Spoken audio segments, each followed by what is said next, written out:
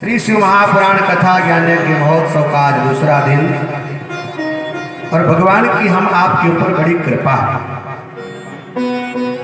क्योंकि बड़े भाग्य मानुष तन पावा, जिसको कहा गया सुर दुर्लभ सत्ग्रंथि गावा। ये बड़े भाग्यशाली लोग हैं जिनको मनुष्य का शरीर मिला हुआ है। तुलसी बाबा ने तो कहा कि सुर दुर्लभ, देवताओं को भी नहीं मिलता। देवता लोग चाहते तो हैं कि हमको मनुष्य बना दिया जाए, ईश्वर से प्रार्थना करते हैं, लेकिन इसको कम करो भैया। देवताओं को भी दुर्लभ है ये देव दुर्लभ दिया देह प्रभु ने तुम्हें, जो है सब साधनों का मिलन। देव दुर्लभ है, देवता भी इसके लिए लालायित है, तरसते हैं कि मुझे मनुष्य का चोला भगवान पहना दे, मुझे मानव बना दे। हम लोगों के ऊपर भगवान की विशेष कृपा। जब दांत न था तब दूध दिया, अब दांत दिया तो है अन्न भी दे है। जब दांत न था तब दूध दिया, अब दांत दिया तो है अन्न भी दे है। जल में थल में पशु पक्षिन में, सबकी सुध लेत सुतेरी भी लय है। जान को देत अजान को देत, जहान को देत वो तो है भी दय है। रे मन मूर्ख सोच करे क्यों, सोच करे कछु हाथ न आई है। हमें चिंता नहीं उनकी, लेकिन उन्हें चिंता हमारी है। हमें तो साहब अपना वर्तमान भविष्य और भूत कुछ नहीं मालूम है, लेकिन जिसके शरण में हम आए उसको सब मालूम है। तुम पूर्ण परमात्मा, तुम अंतर्यामी। इसलिए जिंदगी की डोर शौक हाथ दीना नाथ के। महादेव की बड़ी कृपा हम आपके ऊपर है साहब। इस कृपा की छत्र छाया में बैठे रहो बस। महादेव उस बाबा की शरण में हम लोग आए हैं जो कभी किसी को जिसने खाली लौटाया ही नहीं। सबकी झोली उसने भरी है। कोई देवता गया होगा, झोली फैलाया होगा तो उसने उसको भी दिया। कोई राक्षस भी पहुंचा होगा तो महादेव ने उसको भी कभी निराश नहीं किया। मनुष्य जाति के लोग गए तो महादेव उनको भी झोली भर दिया। कोई रावण बनकर जब जाता है तो उसको दशानन बना दिया करता है महादेव। जब कोई रावण जाता है उसकी शरण में तो लंका का राज्य दे दिया करता है वो महादेव। जब कोई सिद्ध तपस्वी उसके शरण में जाते हैं तो मुक्ति प्रदान कर दिया करता है। और तो और साहब इसको कहीं ठौर ठिकाना नहीं है। भूत और प्रेत कौन जगह देगा साहब? किसी को गलती से भूत प्रेत पकड़ लेना तो ओझा के पास, झाड़ फूक वाले के पास कोई बैठने नहीं देता, लेकिन महादेव के यहाँ भूत प्रेत भी ठिकाना पाते हैं। और हमारे आपके घर में सांप निकल आए तो लाठी लेकर दौड़ेंगे मारने के लिए, लेकिन बाबा ने उसको भी अपना आभूषण बना लिया। जिसके दरबार में सबको आश्रय मिलता है, भिक्षु भी, सांप भी, भूत प्रेत भी, यक्ष गंधर्व किन्नर, जिसके यहाँ किसी प्रकार का कोई भेद ही नहीं है। देवता गए तो उनको भी दे दिया, राक्षस गए तो उनको भी दे दिया। जिसका दरवाजा सबके लिए खुला है वो केवल महादेव है, केवल। मैंने कल निवेदन किया था, जो देता है वो देवता है, जो देता है वो देवता, और जो देता और लेता दोनों है वो मानव, मनुष्य। मनुष्य देता भी है लेता भी है, लेकिन जो केवल लेता है, केवल लेना ही जानता वो राक्षस है। महादेव देते हैं। धन्य धन्य भोलेनाथ तुम्हारे कमी नहीं है खजाने में, 3 लोक बस्ती में बसाए, आप बसे हो वीराने में। प्रथम वेद ब्रह्मा को दीना तो बने वेद के अधिकारी, विष्णु को दीना चक्र सुदर्शन, और लक्ष्मी सी सुंदर नारी। सब बांट दिया, कभी अपने पास कुछ रखा ही नहीं। देने वाला जब देने पर आ जाए साहब तो सब कुछ अपना दे दिया करता है। ऐसा महादेव। बाकी देवताओं को देवता कहा गया, लेकिन भगवान शिव को महादेव कहा गया। कृष्ण भगवान को जगत गुरु कहा गया है। कृष्ण बंदे जगत गुरु, लेकिन महादेव को जगत गुरु नहीं। तुम त्रिभुवन गुरु वेद बखाना, आन जीव ताजा,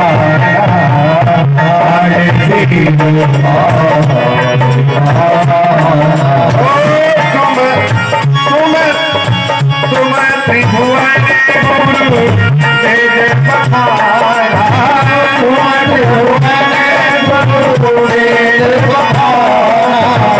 तुम त्रिभुवन गुरु तुम त्रिभुवन गुरु वेद बखाना,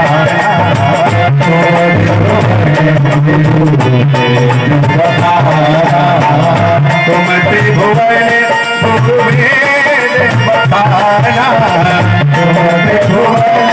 गुरु वेद बखाना, तुम त्रिभुवन गुरु वेद बखाना,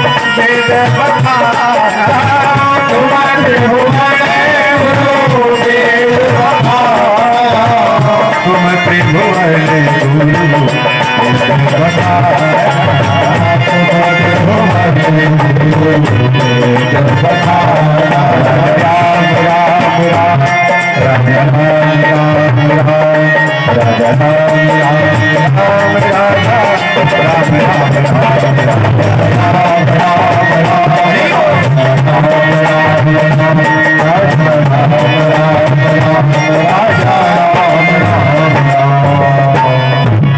वो केवल देता है साहब। जब राम बनकर गए तो लंका विजय का आशीर्वाद दे दिया, जाओ तो लंका विजयी हो। रावण गया तो लंका दे दिया, लेकिन राम गए तो लंका विजयी होने का आशीर्वाद दे दिया। मतलब ये है, और देवता तो देने में थोड़ा संकुचित होते हैं, थोड़ा संकोच करते हैं। जैसे आपके यहाँ कोई आ गया, अब आपका मन थोड़ा डामाडोल हो जाता है, दूं की ना दूं। कुछ लोग तो भैया तुरंत तत्काल दे दिया करते हैं, 9 नगद 13 उधार। कुछ लोग सोचते हैं दूं की ना दूं, चलो कल ले जाना, अगले महीने ले जाना। लेकिन महादेव कभी ऐसा कभी उनके मन में भाव आया नहीं कि कल आना, परसों आना, नहीं नहीं नहीं। बस आपने विश्वास की चाबी लगाई और शिव का दरवाजा खुला और आपने जो चाहा आपको मिला। वहां देर नहीं है। बाकी देवता सोचते हैं दूं की ना दूं, समय लगता है, और देवताओं के दरबार में जाने के लिए तुम्हें थोड़ा सा अलग से व्यवस्था करना पड़ेगा। हनुमान जी के यहाँ जाना है साहब, तो वहां भी बड़ी मेहनत करनी पड़ेगी। खूब हनुमान चालीसा पढ़ना पड़ेगा, सुंदरकांड का पाठ करना पड़ेगा, मंगलवार का व्रत करना पड़ेगा साहब, लड्डू बूंदी का भोग लगाना पड़ेगा, लंगोटा चढ़ाना पड़ेगा, तमाम प्रकार उसमें पूजा में विधान है। सावधानियां वहां आपको बरतनी पड़ेगी। रामलला सरकार के यहाँ आप जाओगे तो साहब राजा राम हो तो राजा है, और राजाओं को तो साहब छोटी मोटी वस्तु से काम चलता नहीं, उनके लिए तो भाई VIP तोहफा चाहिए, है ना। और हमारे छोटी सरकार सुना है 56 भोग के बिना आंखें नहीं खुलती हैं। वृंदावन बिहारी, उनकी VIP व्यवस्था, उनको भी बहुत कुछ चाहिए साहब। महारानी के दरबार में जाओगे तो कम से कम नारियल चुन्नी तो चाहिए ही चाहिए, महंगाई के जमाने बहुत कुछ चाहिए वहाँ। जागरण करना पड़ेगा, नवरात्र का व्रत करना पड़ेगा, लेकिन हमारे बाबा के दरबार में चले जाओ साहब, नारियल चाहिए, न चुनरी चाहिए, न लड्डू चाहिए, न भोग चाहिए, क्या चाहिए? एक लोटा जल चाहिए और आपकी श्रद्धा चाहिए। ये वास्तविकता है, ये कोई सुनी सुनाई बात नहीं है। बस उसका पंचाक्षर मंत्र का चिंतन करते रहो, ओम नमः शिवाय, इस मंत्र को पकड़ लो साहब और इसी मंत्र के सहारे हो जाओ और बस संबंध उससे बन जाए एक बार, ज्यादा कुछ नहीं उसके लिए। एक लोटा जल में केवल वो रीझ जाया करता है, इतना सरल। आपने कल सुना चंचुला की कथा, आपने कल सुना बिंदुक की कथा। इतना बड़ा पापी, इतने बड़े पापियों को भगवान ने सहज में तार दिया। वो बोले कि दुनिया में आकर किया क्या? मैं बोला तो फिर भेजना मत दोबारा। वो बोले जरिया तेरा क्या है मुझसे? मैं बोला कि दीर्घ बिंदु का है सहारा। वो बोले कि साधन किया तूने क्या क्या? मैं बोला किसे तुमने साधन से तारा। मैं तो तुम्हारा हूं, मैं चातक तेरे चरणों का कहीं कारण नाथ विसार दियो। चंचुला का उद्धार हुआ, बिंदुक का उद्धार हुआ भगवान शिव के शरण में जाने से। ये लोग पापी थे, ये लोग अपराधी थे, इन्होंने जघन्य अपराध किए थे। राम कथा सुनाते सुनाते भगवान शंकर गदगद हो गए। पार्वती मैया श्रोता है, महादेव वक्ता। राम कथा हो रही है, शंकर भगवान राम कथा सुना रहे हैं। मर्यादा पुरुषोत्तम भगवान श्री राम विश्वामित्र के यज्ञ की रक्षा करते हैं। आगे बढ़े तो अहिल्या का सरकार ने उद्धार कर दिया। राम कथा हो रही है, अहिल्या का उद्धार भगवान कर रहे हैं। राम कथा महादेव सुना रहे हैं, महादेवी सुन रही हैं और राम कथा सुनाते सुनाते भगवान शंकर गदगद हो गए। राम कथा सुनाते सुनाते महादेव का शरीर रोमांच हो आया। राम कथा सुनाते सुनाते महादेव भावुक हो गए। पार्वती मैया ने कहा बाबा तुम्हें क्या हुआ?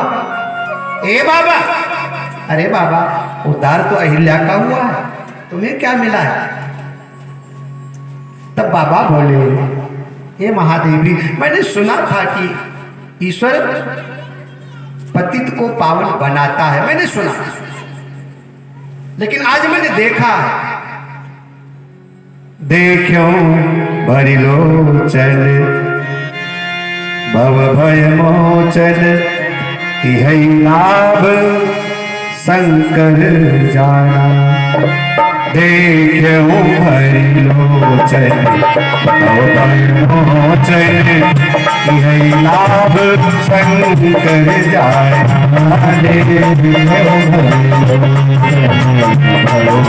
मोचन, यही लाभ शंकर जाना। देखो भरी लोचन भव भय मोचन, यही लाभ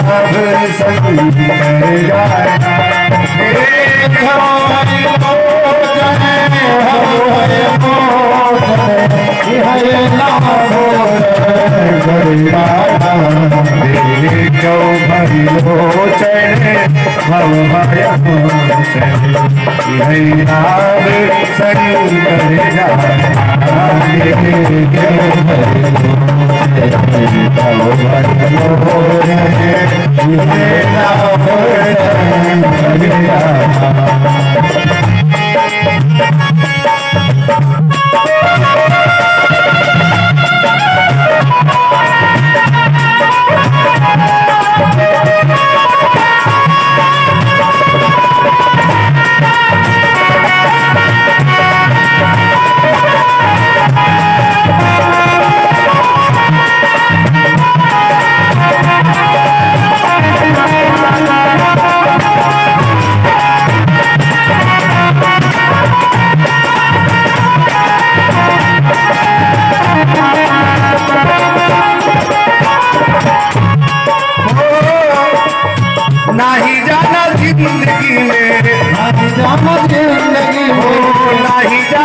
जिंदगी में अब ही कितना खेल बा जमेल काजल जाई का अकेल बा काजल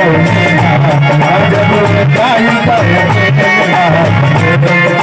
ओ नाही जाना जिंदगी में नाही जाना जिंदगी में नाही जाना जिंदगी में अब ही कितना खेल बा मेल कौने का काजल जाई का अकेल बा मेल कौने का काजल जाई का अकेल बा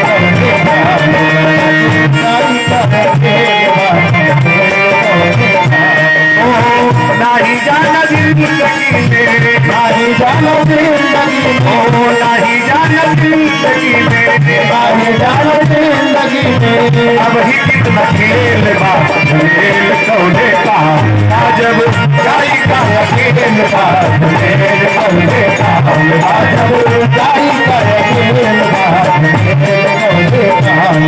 जब जाई का अकेल बा खेल कौने का जब जाई का अकेल बा खेल कौने का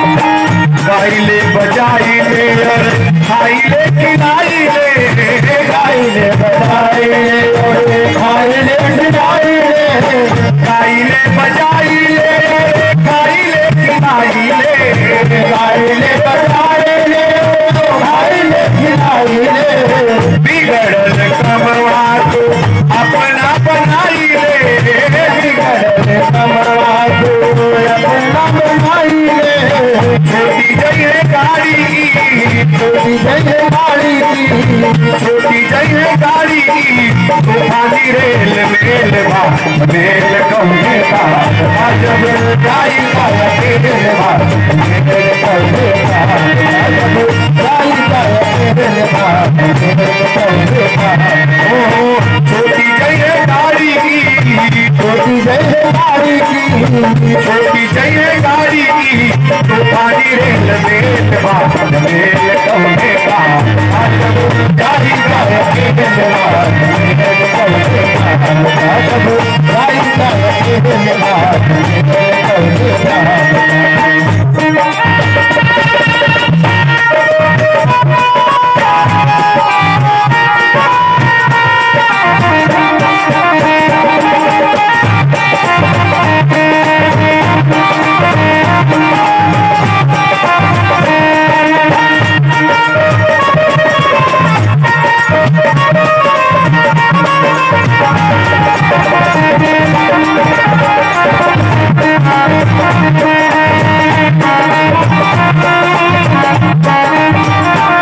सपना का अपना तू जानी भारी महिला सपना का अपना तू जानी भारी महिला सपना का अपना तू जानी भारी महिला सपना का अपना तू जानी भारी महिला घर के न भाग के तू कहीं के न भैया घर के न भाग के तू कहीं के न भैया नहीं जाना दिया मेरे नहीं जाना दिया नहीं जाना दिया में अब ही कितना देर बाद मेल कौने का जब जाई का मेल बाद मेल कौने का जब जाई का मेल बाद मेल कौने का ओ नहीं जाना दिया नहीं जाना दिया नहीं जाना दिया अब ही कितना देर बाद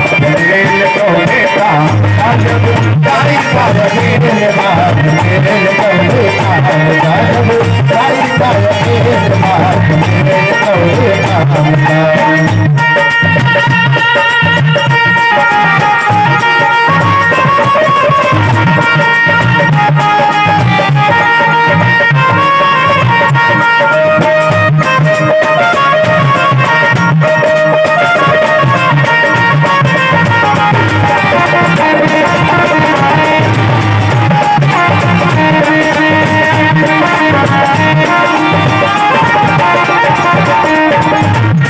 जय है माई बाप छोटी सबसे यारी, छोटी जय है माई बाप छोटी सबसे यारी, छोटी जय है माई बाप छोटी सबसे यारी, छोटी जय है माई बाप छोटी सबसे यारी, छोटी जय है घरवा में सबसे प्यारी नारी, छोटी जय है घरवा में सबसे प्यारी नारी, छोटी जय है घरवा में सबसे प्यारी नारी, छोटी जय है घरवा में सबसे प्यारी नारी, छोटे सबर हो गई भैया, छोटे सबर हो गई भैया, छोटे सबर हो गई कैसन विधि ना के खेल बा, खेल कौने का आजब जाई का खेल बा, खेल कौने का आजब जाई का खेल बा, छोटे सबर हो गई भैया, छोटे सबर हो गई भैया, छोटे सबर हो गई कैसन विधि ना के खेल बा, खेल कौने का आजब जाई का खेल बा, खेल कौने का आजब जाई का खेल बा।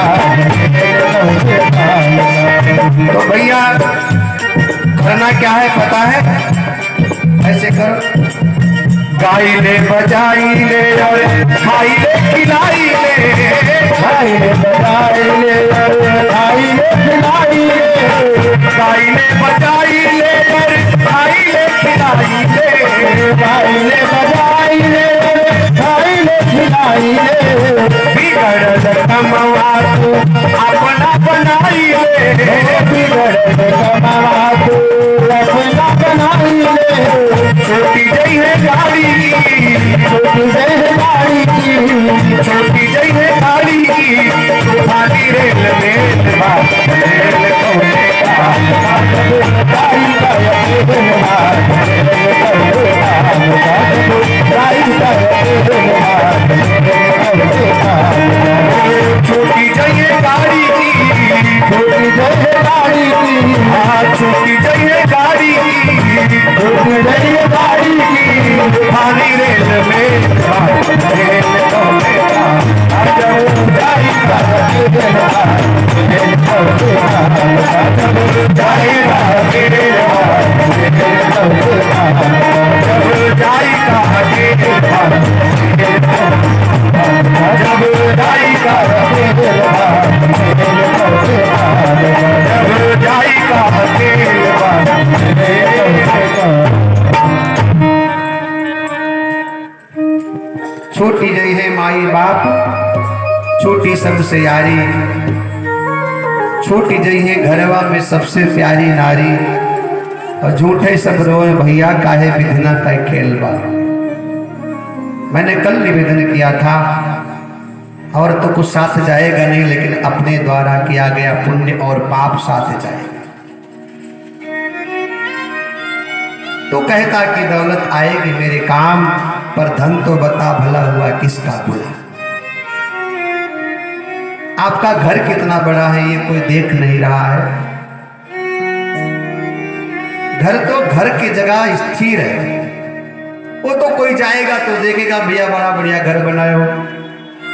समाज में आपकी क्या प्रतिष्ठा है, क्या पहुंच है, कितनी सामाजिकता है, कितना इंसानियत आपके जीवन में है, कितने लोगों के साथ आपका व्यवहार अच्छा है, कितने लोगों के गले को तुमने काटा है, कितने लोगों के पेट को तुमने भरा, ये तुम्हारा समाज देख रहा है। और यही परमात्मा के यहाँ भी हिसाब किताब हो रहा है। जो बड़ा घर बना है ना, वो तो कोई जाएगा तो देखेगा कि आपका घर बहुत बड़ा है। आपकी पहचान आपके घर से नहीं, आपके कर्मों से है। घर तो रह जाएगा, लेकिन कर्मों की महानता हमेशा समाज में आपका यश और यश का पात्र बनाती है आपको। शिव पुराण कथा हम लोग श्रवण कर रहे हैं, और अब शास्त्रकारों ने हमें आपको श्रवण की विधि बताई कि कथा कैसे सुनना चाहिए। कल आप लोगों ने महात्म्य सुना, कथा कैसे सुनना चाहिए। तो सबसे पहले भैया जब कथा सुनने का विचार हो ना, तो सबसे पहले किसी योग्य विद्वान ज्योतिषी के पास जाओ और बढ़िया सा मुहूर्त ढूंढो। मुहूर्त का चयन करना चाहिए, फिर स्थान का चयन करना चाहिए। मुहूर्त बढ़िया होगा तो व्यवधान कथा में नहीं आएगी। कभी कभी कथा में भी व्यवधान आ जाता है, आता है ना। हम लोग तो इस मार्ग में कई वर्षों से लगे हैं और तमाम प्रकार की व्यवधान आती रहती है, लेकिन कुल मिलाकर के भगवान की कथा है तो अपने आप संभाल लिया करते। यादव जी, तो पहले तो मुहूर्त का चयन करना चाहिए, स्थान का चयन करना चाहिए। स्थान उस जगह हो जहां बढ़िया सुंदर तरीके से श्रोता बैठ सके, बैठने में कोई व्यवधान कोई बाधा ना हो, बढ़िया जगह हो। फिर वक्ता का चयन करना चाहिए कथा सुनने के लिए।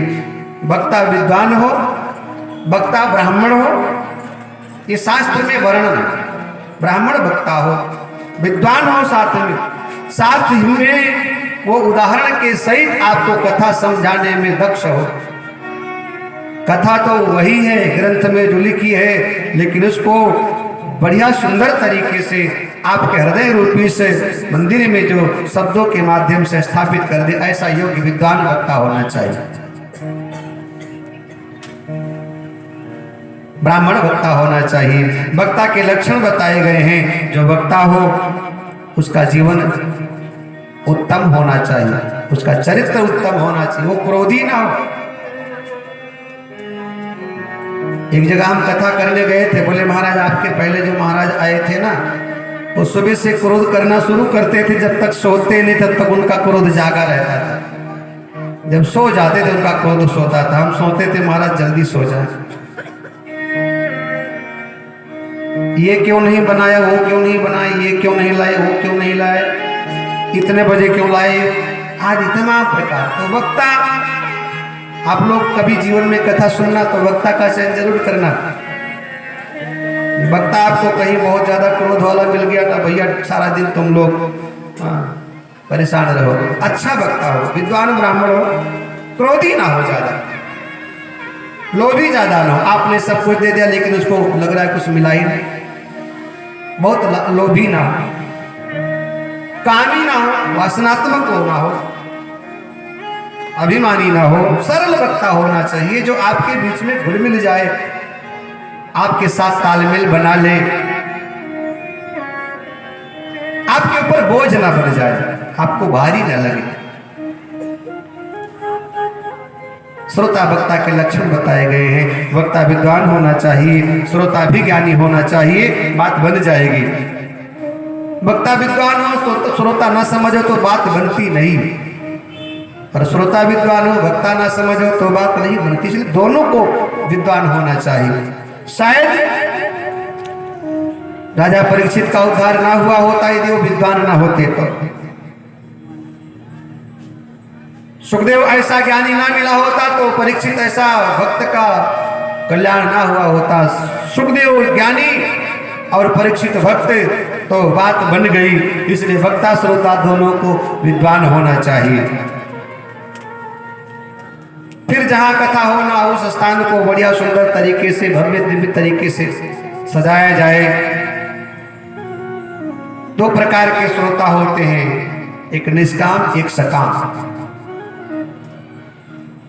निष्काम का मतलब होता है कि हम कथा तो सुन रहे हैं लेकिन बदले में कोई मांग नहीं, जो मिल जाएगा महादेव के द्वारा स्वीकार है, कोई बहुत बड़ी याचना नहीं, निष्काम भाव। एक होता है सकाम भाव, कोई कामना लेकर कथा सुनी जाती है।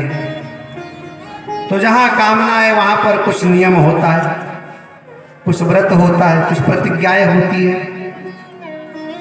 जमीन पर सोना होता है, ब्रह्मचर्य का पालन करना पड़ता है।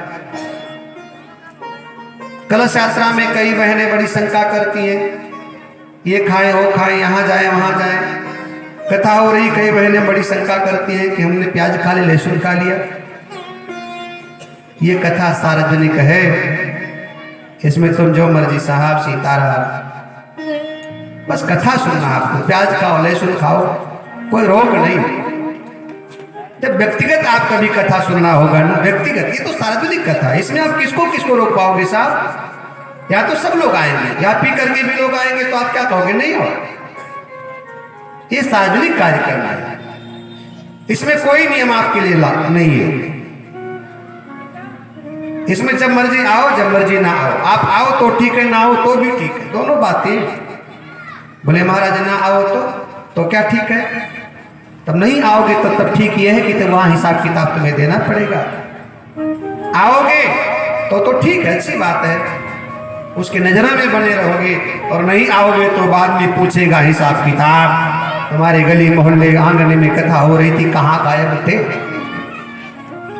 जब तलक है जिंदगी फुर्सत ना हो। कई लोग कहते महाराज कितने बजे खाएं, कब खाएं? हमने कहा खूब खा करके आओ, जितना मर्जी खाओ। हम आपको कहें बिना खाए पिए आओ तो तुम कथा में कल नहीं आओगे। हम क्यों कहें कि बिना खाए पिया जाओ? हम कहेंगे लहसुन प्याज ना खाओ तो तुम कल से कथा में नहीं आओगे, इसलिए हम क्यों कहें ना खाओ? खाओ। व्यक्तिगत कभी जब आपको कथा सुनना हो, ये तो सार्वजनिक कथा, इसमें कोई नियम नहीं। और कथा में कोई नियम नहीं साहब।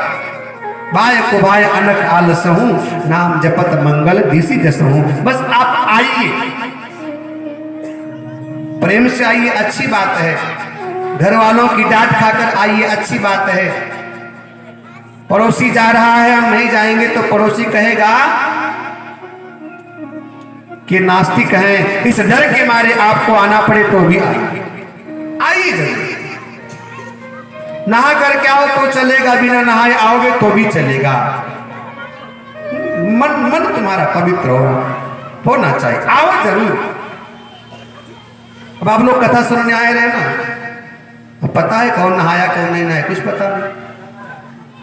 अब कौन पूछेगा? कोई पूछने वाला नहीं है साहब। बस कुल मिलाकर के भगवान की कथा में आप आइए। तुलसी बाबा की वो चौपाई याद रखिए कि भाई को भाई अनक आलस हूं, नाम जपत मंगल दिसी दस हूं। आप कथा में आइए। धुंधकारी का उद्धार हुआ था, क्या नहा के गया था? कहां नहाया होगा बेचारा? चंचुला का उद्धार हुआ, बिंदुक का उद्धार हुआ कानों के माध्यम से साहब। जब परमात्मा की कृपा रूपी अमृत की बरसात आपके अंतःकरण में जाती है, तब आपका मन भी पवित्र हो जाता है, तन भी पवित्र हो जाता है। हाँ, जरूरी है पवित्रता से आओ, स्वच्छता से आओ, सात्विक विचारधारा हो, अच्छी बात है।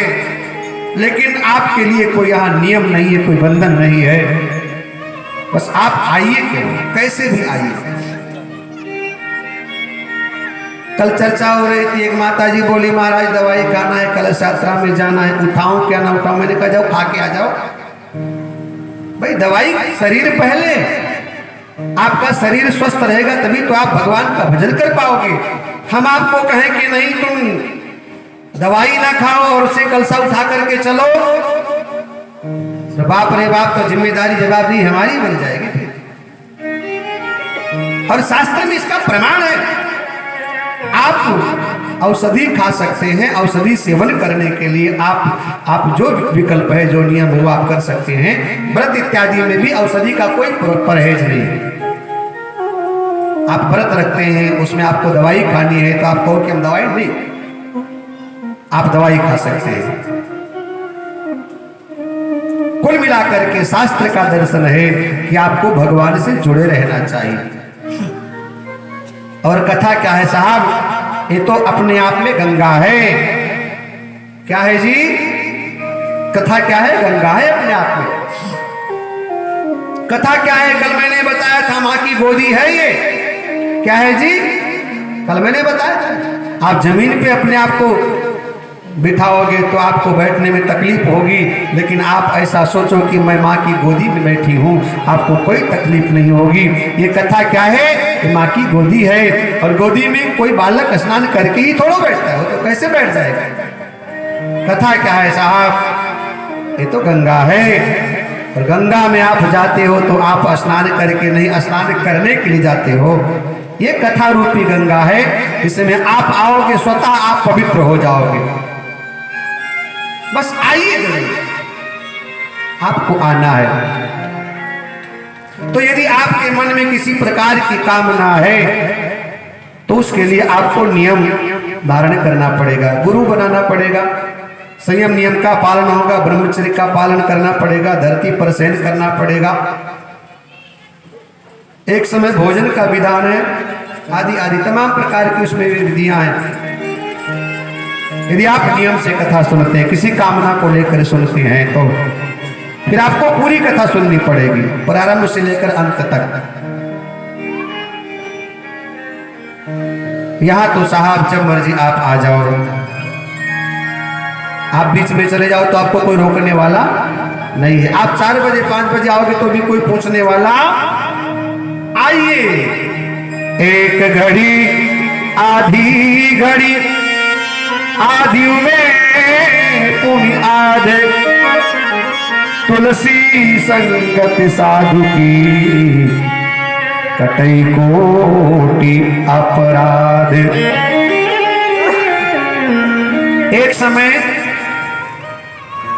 तीर्थराज प्रयाग में सनक सनंदन सनातन और सनत कुमार सनकादि ऋषियों का एक बड़ा सुंदर संगम हुआ, समागम हुआ।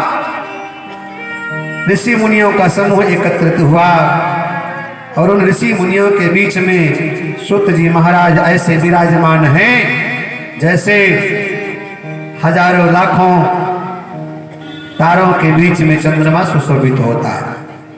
सूत जी महाराज विराजमान हैं। उस समय सनकादि ऋषियों ने सूत जी महाराज से प्रश्न किया, गुरुदेव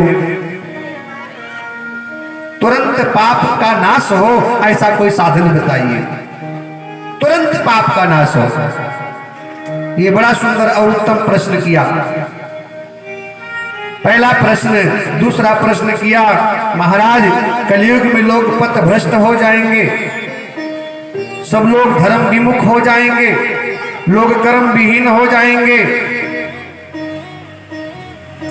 तब उनको अपने कर्मों पर कैसे लाया जाए, उनको अपने मार्ग पर कैसे लाया जाए। कलयुग में आचरण लोगों का पशुओं जैसा हो जाएगा, पशुवत वृत्ति हो जाएगी, लोग अपने अपने कर्तव्य से च्युत हो जाएंगे, अपने अपने कर्मों से वंचित हो जाएंगे। महाराज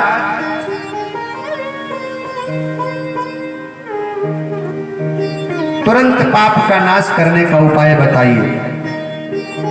ये बड़ा सुंदर प्रश्न किया और दोनों प्रश्न का उत्तर सूत जी महाराज ऋषियों को देते हैं। हे ऋषियों, तुरंत पाप से मुक्त होना है तो इसके लिए जीव को शिवपुराण कथा सुनना चाहिए। क्या सुनना चाहिए? जैसे परीक्षित को जब श्राप लगा ना, तभी हुआ इनकी मुक्ति कैसे होगी, तो खबर लगी इनको कथा सुनाया जाए, भागवत सुनाया जाए। ज्ञान वैराग्य मूर्छित हैं, इनको होश में कैसे लाया जाए, तो खबर लगी इनको कथा सुना दिया जाए। कथा की बड़ी महिमा है साहब, और हम नहीं कहते, व्यासपीठ कहती है। कथा सब लोग सुनते हैं, कथा सब लोग गाते हैं, बड़े बड़े देवता लोग भी कथा सुनते और गाते हैं। कौन कौन गाता है, कौन कौन सुनता है, तो बोले गावत ब्रह्मादिक मुनि नारद, वाल्मीकि विज्ञान विशारद, सुख सनकादि शेष अनुसारद, भरनि पवन सुत कीरति नीकी, गावत संतत शंभु भवानी, अरुगट संभव मुनि विज्ञानी, व्यास आदि कवि भरदे बखानी, कागभूषण गरुड़ सब गाते हैं, सब कथा गाते हैं साहब, सब कथा सुनते हैं। और इसी कथा को पाने के लिए तो भगवान शंकर भी कैलाश पर्वत को छोड़ करके मृत्यु लोक आए थे। मन कर विषय अनल बन जरई, होय सुखी जो यही सर परई। विषय वासना रूपी आग जब तुम्हारे मन रूपी जंगल को जलाने लग जाए, तब तुम कथा सुन लेना साहब। मतलब मन जब तुम्हारा कहीं लग ना रहा हो, मन में जब तमाम प्रकार की चिंताएं तुम्हें सताएं, मन तुम्हारा जब तुम्हें बेचैन कर दे, तब तुम कहीं कथा ढूंढ लेना, कथा में चले जाना। गोपियां भी भगवान कृष्ण से प्रार्थना करती हैं, हे कृष्ण तव कथामृतम तप्त जीवनम, आपकी कथा अमृत के समान है और ये तपे हुए जीवों की आत्मा को शीतलता शांति प्रदान करती, अमृत के समान है। और कथा को साहब अमृत कहा गया है। क्या कहा गया है? भागवत कथा अमृत, राम कथा अमृत, ये अमृत है साहब, इसको स्वीकार करना। अमृत किसी ने देखा नहीं, देखा नहीं, जहर देखा है, जहर देखा है, हमने भी देखा नहीं, लेकिन सुना है कि फलाना व्यक्ति जहर खा करके मर गया। ऐसा है ना, जहर है, पर्याप्त है, सुना है, दुकानों पे मिलता है, हमें आवश्यकता नहीं पड़ी इसलिए हमने ढूंढा नहीं। आप लोग भी ढूंढना मत, लेकिन उपलब्ध है, जहर है, इस पृथ्वी पर जहर है। जहर की शास्त्रों में बातें आई तो जहर है, अमृत की बातें आई तो अमृत कहीं नजर नहीं आया, न किसी को मिला, न किसी ने बताया कि हमें अमृत। लेकिन अमृत क्या है साहब, यही कथा ही अमृत। ये किसी वस्तु के रूप में आपको शीशे में तो नहीं मिलेगा, लेकिन इसको जब आप पी लोगे ना, तब आप परीक्षित की तरह साहब श्राप से भी मुक्त हो जाओगे। इसको आप जब पी लोगे तो ज्ञान, वैराग्य, भक्ति तीनों आपके जीवन में स्थिर हो जाएगी। तो कथा स्वयं में अपने आप में साफ अमृत है। इसलिए तुरंत परमात्मा को पाना है तो भैया कथा सुनना पड़ेगा। क्या सुनना पड़ेगा? आपने कल सुना, चंचुला ने भगवान की कथा सुनी तो भगवान उसको मिल गए। बिंदुक ने कथा सुनी तुम्बरू के द्वारा तो भगवान शंकर उसको मिल गए। कलयुग में हर व्यक्ति अपने कर्तव्य से च्युत हो गया है। ब्राह्मण, क्षत्रिय, वैश्य, शूद्र सब अपने कर्तव्य से गिर गए हैं। स्त्री, पुरुष, बालक सब अपने कर्तव्य से च्युत हो चुके हैं। हर व्यक्ति, हर जीव, हर समूह, हर समुदाय लोग अपने अपने कर्तव्यों से भटक गए हैं। ऐसी स्थिति में उनको पुनः अपने वास्तविक कर्तव्य का बोध की कथा कराती है कि जिसे श्रवण कर मिट जाती है, हर जन्म जन्म की व्यथा। तो जय जय राम कथा, ओ जय जय राम कथा, जय जय राम कथा, जय जय राम कथा। जिसे श्रवण कर मिट जाती है, जिसे श्रवण कर मिट जाती है, जिसे श्रवण कर मिट जाती है, जिसे श्रवण कर मिट जाती है। हर जन्म जन्म की व्यथा हो भोलेनाथ कथा, बाबा नाथ कथा, हरे भोलेनाथ कथा, हरे बाबा नाथ कथा, ओ भोलेनाथ कथा, ओ बाबा नाथ कथा, भोलेनाथ कथा, बाबा नाथ कथा। श्री राम जय राम जय जय राम, श्री राम जय राम जय जय राम। ओम नमः शिवाय बोलो, ओम नमः शिवाय, ओम नमः शिवाय बोलो, ओम नमः शिवाय। जिसे श्रवण कर मिट जाती है, श्रवण कर मिट जाती है, हर जन्म जन्म की व्यथा हो जय कथा, भोले बाबा की कथा, हरे जय जय राम कथा, भोले बाबा कथा।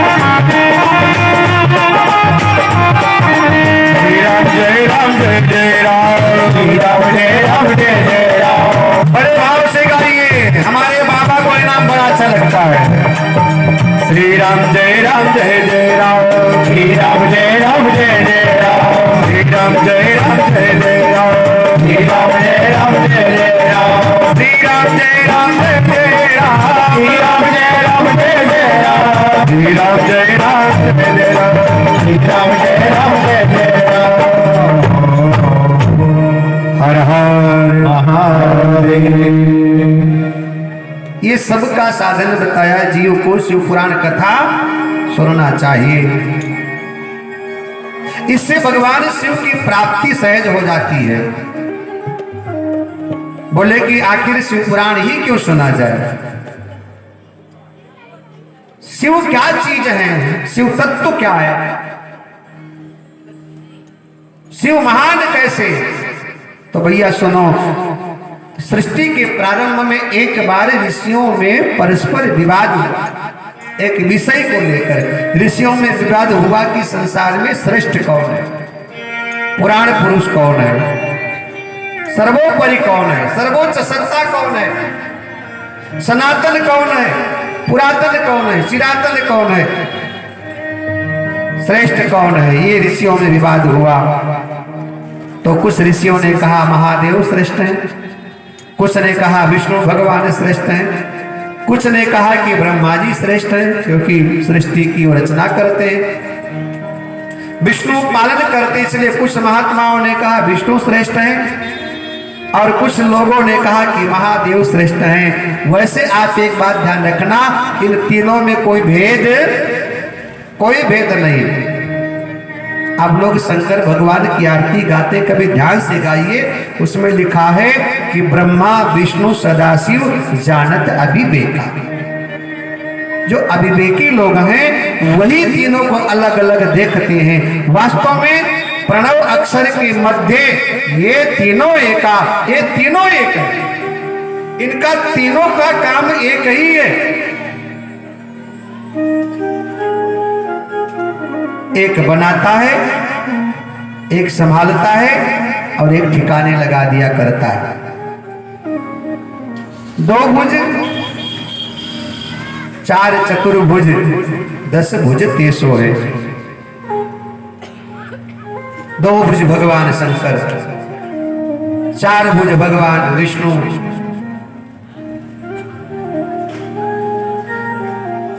2 भुज 4 चतुर्भुज 10 भुज 300 है।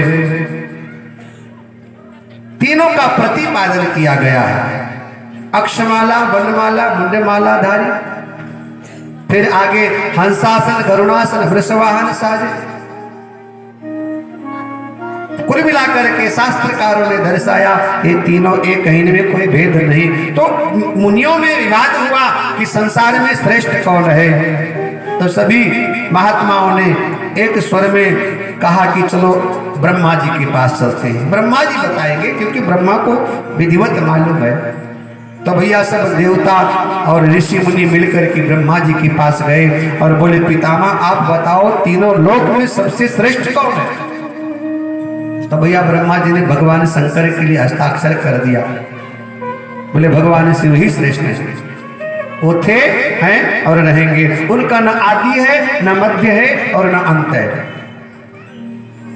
वही पुरातन, वही चिरातन, वही सनातन, वही शाश्वत है। सत्यम शिवम सुंदरम, शिव ही सत्य है और सत्य ही सुंदर है। एक बार पार्वती मैया ने बाबा जी से सवाल किया। हुआ यूं कि नारद जी महाराज कैलाश पर्वत पर आए तो नारद बाबा ने देखा जो बाबा नहीं है, दाई अकेले बैठी है, बाबा नहीं। नारद बाबा ने विचार किया चलो थोड़ा इधर उधर कुछ करते हैं, लकड़ी लगाएं। तो नारद बाबा ने मैया से कहा, मैया बोली हाँ बेटा, तो फिर तुम्हें मालूम है कि महादेव इतनी खोपड़ी की माला गले में धारण करते हैं, कि किसकी है कुछ पता है? भैया ने कहा मैंने कभी पूछा नहीं भैया, इतनी माला कहाँ से, किसका काट काट कर लाए हो? कटाई, गर्दन, खोपड़ी की माला, गले में नरमुंडों की माला। बाबा बोले यही तो तुम्हें मालूम नहीं है, ये माला किसी पुरुष की नहीं है, स्त्री की माला है। और कौन है जिसको इतना प्रेम करते हैं कि मरने के बाद भी पीछा नहीं छोड़े, गले में लटकाए घूम रहे हैं, जरा पता करो। अब नारद बाबा चले गए। शाम को महादेव आए, महादेव भी अनशन व्रत लेकर बैठ गए, भूख हड़ताल पर। बाबा ने कारण पूछा तो बोले हमसे बहुत छुपाते हो। बाबा ने कहा क्या छुपाते हैं तुमसे महादेवी? मैया ने कहा ये बताओ कि इतना प्रेम किसको करते हो जिसके मरने पर भी उसकी खोपड़ी की माला अपने गले में पहनते हो? कौन है? शंकर भगवान ने कहा हाल फिलहाल में नारद तो नहीं आए थे, मैया बोली अभी अभी तो गए हैं। बाबा ने कहा बस सवाल नारद का तुम्हारा नहीं, क्योंकि तुम तो श्रद्धा की साक्षात प्रतिमूर्ति हो। खैर सुनोगी? मैया भावुक हो गई, बोले बताओ बाबा कौन है जिसको मरने के बाद भी नहीं छोड़ पा रहे हो, जिसकी खोपड़ी माला बनाकर धारण करते हो गले में? बाबा ने कहा सुनो देवी, ये और कोई नहीं बल्कि तुम्हारा खुद का सर है। मतलब बाबा ने कहा जब जब तुम शरीर को त्यागती हो ना, तब तक तुम्हारे वियोग में मैं रह नहीं पाता हूं और तुम्हारी खोपड़ी को मैं माला बना करके गले में धारण करता हूं। मैया भाव से रोने लगी और बोली बाबा इतना प्रेम करते हो? बाबा ने कहा तुम सोच नहीं सकती हो कितना तुमको प्रेम करता हूं।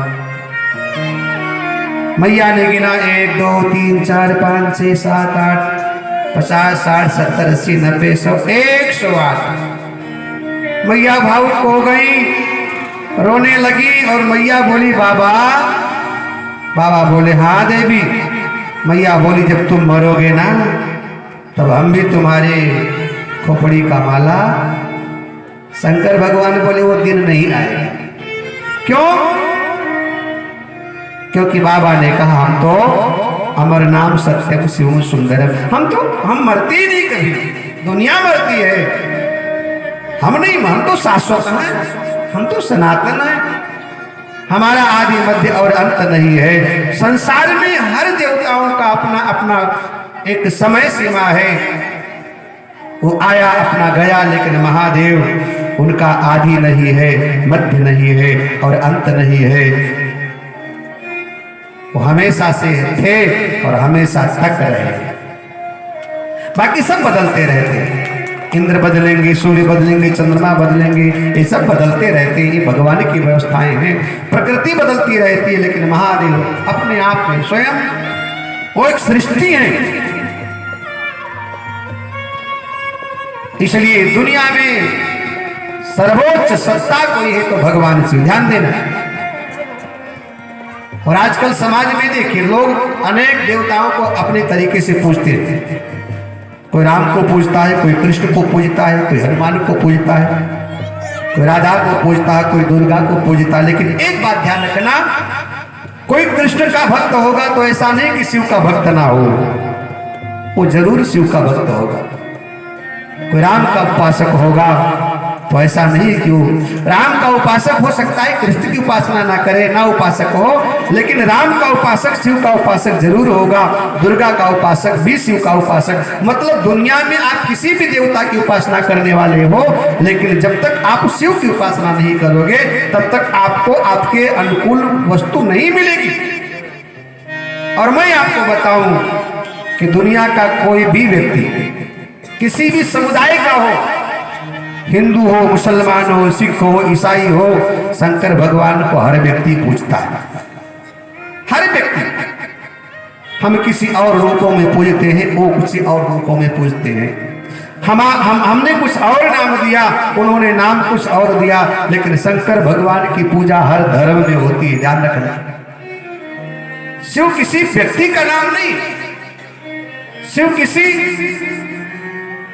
सीमित प्राणी का नाम नहीं, एक पदार्थ नहीं। शिव का मतलब साधारण अर्थों में करें तो शिव का मतलब विश्वास है, केवल विश्वास। और साथ विश्वास की पूजा सब जगह होती है। शिव किसी धर्म में बंधा नहीं, शिव किसी जाति में बंधा नहीं है, शिव किसी समुदाय में बंधा नहीं है, शिव किसी सीमा में बंधा नहीं है, वो असीमित है। और शिव का मतलब विश्वास है, और विश्वास साहब सब जगह पूजा जाता है। हर जगह, हर धर्मों में विश्वास की पूजा होती है। ये आप जो जल चढ़ाते हो ना, ये आपका विश्वास ही तो है। जल चढ़ाते किस पे हो? पत्थर होता है, लेकिन उसके साथ में आपका विश्वास है। जब आप जल चढ़ाते हैं तो आपको पत्थर नजर नहीं आता है, उस समय आपको महादेव नजर आता है, क्योंकि आपका विश्वास है। आप आराम से जल चढ़ाते हो, स्पर्श करते हो। कई लोग तो बड़े श्रद्धा से उसको दबाते भी हैं, भगवान शिव के जो त्रिलिंग को फूल चढ़ाओगे बड़े सर वो विश्वास आता है।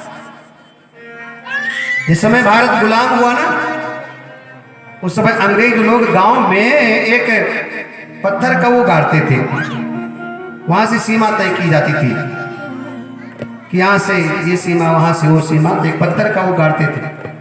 जैसे आप कभी रोड पे जाते तो उसमें पत्थर का उसमें लिखा होता है फलाना शहर इतने किलोमीटर। अब तो बोर्ड लग गए, लेकिन पहले पत्थर का लगा होता था। तो गांव में अंग्रेज लोग जब आए, देश हमारा गुलाम था, तो उन्होंने हर क्षेत्र की सीमा को तय करने के लिए पत्थर का वो एक शिला गाड़ना प्रारंभ कर दिया। अब वो लोग रात को जब पत्थर शिला गाड़ के जाते थे ना, तो ग्राम की भोली भाली महिलाएं और पुरुष लोग सभी लोटा भर पानी लेकर के और 4 दाना चावल लेकर के और गांव में से फूल तोड़ करके पहुंच गए और जल चढ़ाने लगे। और रात को गाड़ गए पत्थर सीमा तय करने के। लेकिन हमारे ग्रामीण अंचल की महिलाओं ने 1 लोटा जल और अक्षत लेकर के पूजना शुरू कर दिया। अंग्रेज ने किसी से पूछा, भैया ये सब क्या कर रही हैं? उसने कहा, जिसको तुम पत्थर समझकर गाड़ रहे हो ना, वो शंकर समझ करके लोग पूज रहे हैं। तुम पत्थर गाड़ रहे हो, ये शंकर समझ करके अक्षत जल चढ़ा करके पूजा कर रही हैं। तब एक अंग्रेज ने कहा, जिस भारत में इतनी श्रद्धा हो, उस भारत को बहुत दिन तक हम गुलाम नहीं बना सकते हैं। ये सनातन की ताकत है, ये सनातन है साहब, ये शाश्वत है, जो था है और रहेगा, कभी मिटने वाला नहीं है। बड़े विधर्मी लोग सनातन के ऊपर तमाम प्रकार की उंगली उठाते हैं। इसी भारत भूमि में जिनके बाप दादा सनातन में मर गए, जिनके बाप दादा सनातन की पूजा करते करते मर गए। अभी दक्षिण भारत का एक मुख्यमंत्री, उसके बाप का नाम था करुणानिधि, बड़ा सुंदर नाम, भगवान श्री राम का पर्यायवाची करुणानिधि।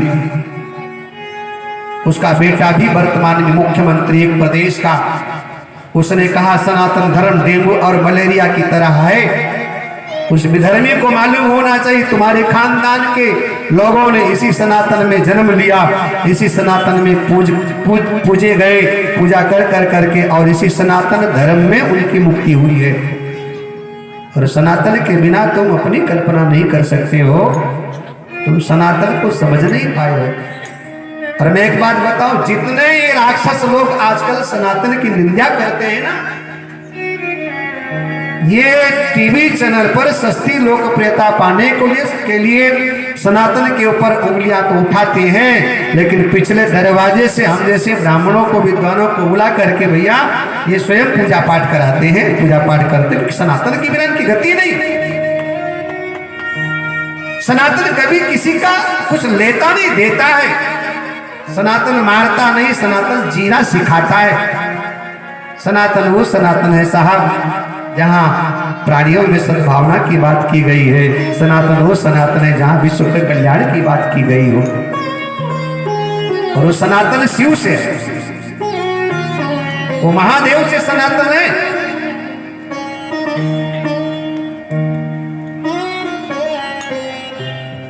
महादेव इतने दयालु, इतने कृपालु, उनके जैसा दुनिया में कौन हो सकता है। तो ब्रह्मा जी ने कहा कि भैया सर्वोपरि सत्ता महादेव ही है, पुराण पुरुष भगवान शिव है।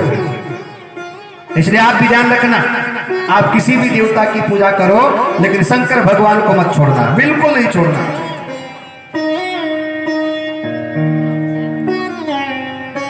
शंकर कौन है साहब? शाश्वत है। कलयुग में सबसे अभी चमत्कारी देवता श्री हनुमान जी महाराज हैं। हनुमान जी कलयुग में, वैसे तो कहा गया चारों युग प्रताप तुम्हारा, लेकिन कलयुग में सबसे चमत्कारी कोई देवता वर्तमान में तो श्री हनुमान जी महाराज हैं। और ये हनुमान और कोई नहीं, ये स्वयं साक्षात भगवान शिव के अवतारी, एकादश रुद्रों में से एक हनुमान जी महाराज, ये स्वयं भगवान शिव के अवतारी, ये स्वयं भगवान शिव। तो पुराण पुरुष कौन है? तो बोले महादेव है, श्रेष्ठ भगवान शिव है। अब श्रेष्ठ है तो इनको पाने का साधन क्या है? लेकिन कोई विशेष व्यक्ति आपके नजरों में होता है ना, तो आप चाहते हैं कि भैया एक बार उससे मुलाकात कर लिया जाए, है ना। कोई विशेष व्यक्ति, जैसे वर्तमान में बागेश्वर सरकार एक नंबर पर चल रहे हैं। दुनिया में बाबा हजारों हैं, लेकिन बागेश्वर बाबा का एक नंबर पे चल रहे हैं ना बाबा। ये सनातन है साहब, जिसकी तुलना किसी से की नहीं जा सकती है, जिसकी बराबरी किसी से की नहीं जा सकती है, जिसकी समानता कोई कर नहीं सकता है, जिसके बराबर कोई टिक नहीं सकता है, जिसके सामने कोई खड़ा नहीं हो सकता है। आज सनातन की ताकत है कि बागेश्वर बाबा ने सभी विधर्मियों को ललकारा है, पाखंडियों को ललकारा है, सभी वामपंथियों को ललकारा है कि आ जाओ, सामने बैठ जाओ, तुम्हारे पास जितना पोथी पत्रा है लेकर खोल करके बैठ जाओ और हमारे सामने तुम एक बार टिक जाओ तो मैं बताऊं तुम्हें। जितने वामपंथी विचारधारा के लोग, जितने बुद्धिजीवी लोग, जितने नास्तिक लोग,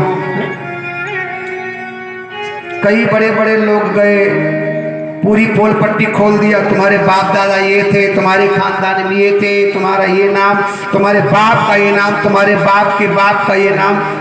ये सनातन की ताकत है साहब। सनातन की समानता कोई दुनिया में कर ही नहीं सकता है, इसलिए दुनिया आज सनातन की तरफ देख रही है। सनातन की ताकत आबू धाबी में दिख रही है, जहां आज से हासिली कले से मंदिर का जो अभी उद्घाटन हुआ, उसमें पूजा का सबको अधिकार मिल गया आबू धाबी में। तो जब कोई विशेष व्यक्ति होता है तो उससे मिलने का मन करता है। जैसे अभी हमारी रामलला सरकार अयोध्या में एक नंबर पे चल रही है ना। कुछ दिन पहले कोई पूछता नहीं था तुम कौन हो। राजनीतिक लोगों ने अयोध्या को अखाड़ा बना रखा था, लोगों ने अयोध्या से दूरियां बना लिया, लेकिन आज हमारी सरकार का दर्शन करने के लिए सब लोग, ट्रेन में जगह नहीं साहब, कई ट्रेनें चलाई गई, बस भरे पड़े हैं, जहाज भी सब फुल चल रही हैं। तो जब कोई विशेष व्यक्ति विशेष समय पर जब समाज में प्रतिष्ठित होता है तो उससे मिलने का। अच्छा, अभी आप लोग चाहते अयोध्या जाना ना, हाथ उठाओ जरा, कितने लोग जाना चाहते? सब लोग जाना चाहते हैं। हम भैया तो दर्शन करके आ गए। ऐसे जब खबर लगी कि सनातन शिव हैं, पुराण पुरुष शिव हैं, तो बोले महाराज भगवान शिव से मिलने का उपाय क्या, साधन क्या है, उनसे कैसे मिला जाए, कहां मिलेंगे, उनको पाने का साधन क्या है। तो भगवान को पाने का साधन शास्त्रों में बताया गया। 3 साधन है भगवान को पाने का शास्त्रों में, शिव पुराण के अनुसार। अनेकों पुराणों में अनेकों उपाय बताया है, लेकिन मैं आपको शिव पुराण की बात बताऊंगा। साध्य और साधन। तो साध्य मतलब महादेव, साध्य मतलब लक्ष्य,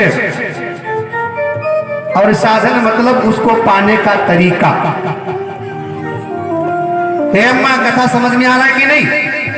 ऐसे करो, सबके आ रहा है? हाँ, कहीं मन कहीं और लगा लो, मन यही रहने दो, शरीर के साथ मन लेकर के जाना, भी मन और तन यही रहने दो। तो साध्य का मतलब हो गया मंजिल, लक्ष्य। जैसे आप अपने घर से निकले ना, तो आपका लक्ष्य क्या था? शिव कथा पंडाल।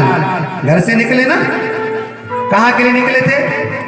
सासू ने पूछा होगा कहां जा रही हो, तो क्या बताया होगा? शिव कथा सुनो। आप घर से निकले तो आपका लक्ष्य है ये शिव कथा। क्या लक्ष्य है? आप यहां से जब निकलोगे तो आपका लक्ष्य क्या होगा? आपका घर। यहां से घर के लिए जाओगे ना, तो साध्य का मतलब हुआ लक्ष्य। लक्ष्य मतलब महादेव। नदियों का लक्ष्य सागर है साहब। क्या है? नदियों का लक्ष्य सागर है और जीव का लक्ष्य शिव है। साध्य मतलब लक्ष्य और साधन मतलब उसको पाने का तरीका, वहां जाने का साधन। जैसे आपको अयोध्या जाना है तो आपको साधन चाहिए। क्या चाहिए? कोई ट्रेन से जाएगा, कोई जहाज से जाएगा, कोई बस से जाएगा, कोई मोटरसाइकिल से जाएगा, कोई कार से जाएगा। बड़ी श्रद्धा होगी तो कुछ लोग पैदल भी जाएंगे। तो साधन, उसको पाने का साधन क्या है? साध्य महादेव है, लेकिन उसको पाने का साधन क्या है? उसको कैसे पाया जाए? क्या उपाय करना पड़ेगा? कहां जाना पड़ेगा? कैसे मिलेगा? तो उसको पाने का 3 उपाय बताया गया। वेद में भी 3 ही रास्ते बताए गए हैं। वेद त्रयी मार्ग, 3 रास्ते। सबसे पहले श्रवण के द्वारा भगवान मिलेंगे। श्रवण, पहला साधन श्रवण है, दूसरा साधन कीर्तन है और तीसरा साधन मनन है। श्रवण, सुनना पड़ेगा। क्या सुनना पड़ेगा? उसकी कथा सुननी पड़ेगी, उसके विषय में जानना पड़ेगा वो क्या चीज है। विभीषण राम के शरण में आए तो विभीषण से भगवान ने पूछा कैसे आ गए? निस्सर वंश जन्म तुम तो राक्षस खानदान के हो, मेरे पास क्यों आए? पता है विभीषण ने क्या कहा? ये श्रवण सुजस सुन आयो प्रभु भंजन भवभीर, त्राहि त्राहि आरत हरन शरण सुखद रघुवीर। भगवान ने कहा कैसे आए? विभीषण बोले सरकार आपके यश को अपने कानों से मैंने सुना था। आप कैसे हैं? श्रवण सुजस सुनियायो प्रभु भंजन भवभीर। ये सरकार आपके यश को मैंने अपने कानों से सुना था। आप बड़े सहज हैं, आप बड़े सरल हैं, आप जैसा दुनिया में और कोई नहीं। राम का भेद लेने के लिए रावण ने सुखसारण को भेजा था। सुखसारण ने देखा राम जी को और देखते ही देखते भुला गए कि हम रावण के पड़ोसी हैं, रावण के परिवार के हैं, रावण के दूत हैं। भुला बैठे अपने आप को भगवान के स्वभाव को देखकर। और राक्षस थे, बानर बनकर आए थे, लेकिन भगवान की प्रशंसा करने लगे। बोले भैया देखो, एक हमारा मालिक है, 24 घंटा डांटता है, मारता है, फटकार लगाता है, जीने नहीं देता है, लेकिन इनका मालिक कितना सरल है, कितना प्यार करता है, कितना दुलार करता है। सब लोग निर्भीक निडर होकर घूम रहे। रावण की प्रशंसा की जगह राम की प्रशंसा करने लगे। बंदरों ने पकड़ लिया, तुम राक्षस हो। राम जी के पास ले गए। ये राक्षस हैं, वेश बनाकर भेद लेने आए थे। बांदर लोग मारने लगे। उन्होंने कहा सुनो, जो हमारे हरना साकाना तो कौशलाधीश कई आना। यदि हमारी नाक कान को काटोगे ना तो मैं राम की सौगंध है। बंदरों ने कहा भैया इतना भरोसा राम पर करते, इनको ले चलो राम के पास। विभीषण से पूछा कैसे आए? बोले आपके इसको मैंने सुना था। आप भी सुनो भगवान के इसको। दुनिया में सबसे अच्छा कोई है तो भगवान है। दुनिया तुम्हें ठुकराएगी, वो नहीं ठुकराएगा। दुनिया धोखा देगी, वो नहीं देगा।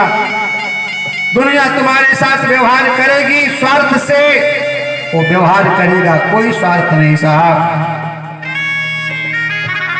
भगवान को पाने का सबसे बढ़िया तरीका है श्रवण, कथा सुनो।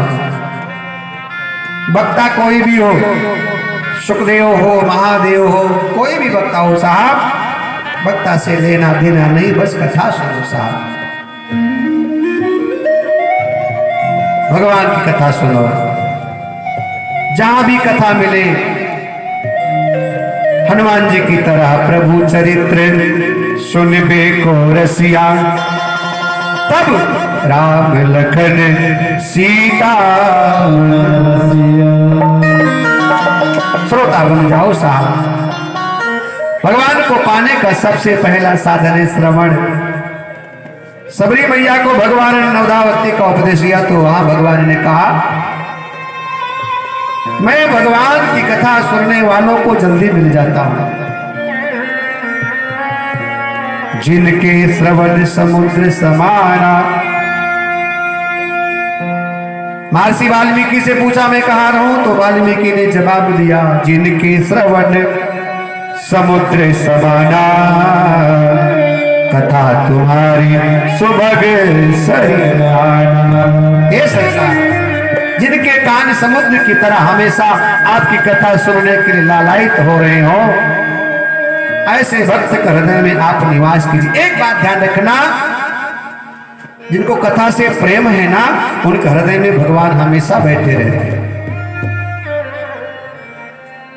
हमारे कई श्रोता ऐसे हैं कि खबर लगे कथा हो रही है तो तत्काल दौड़ करके आ जाते हैं,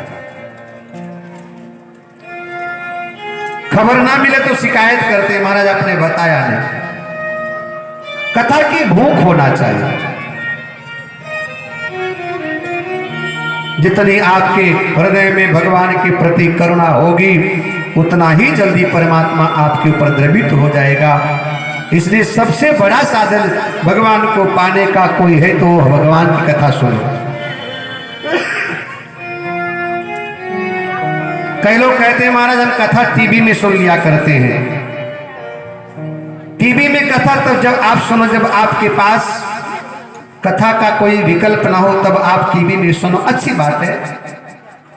लेकिन जो आनंद आपको कथा में बैठकर के मिलेगा, वो टीवी में आपको कथा सुनने से आनंद। टीवी में तो खाली आप बैठे रहोगे, टीवी बैठी रहेगी। अब आप कथा में आए तो कथा में कई प्रकार का लाभ होगा। कथा में आए तो सबसे पहले आपने भक्तों का दर्शन किया। ये जितने लोग बैठे हो ना, ये साधारण व्यक्ति नहीं है। ये मत सोचना कि हमारे बगल में उषा बैठी है, उनके बगल उर्मिला बैठी है, उनके बगल ज्योति पूजा आरती बैठी है। ये उषा उर्मिला ज्योति पूजा केवल नहीं है, ये श्रोता है, और श्रोता के साथ साथ ही भगवान के भक्त हैं। ये जो आपको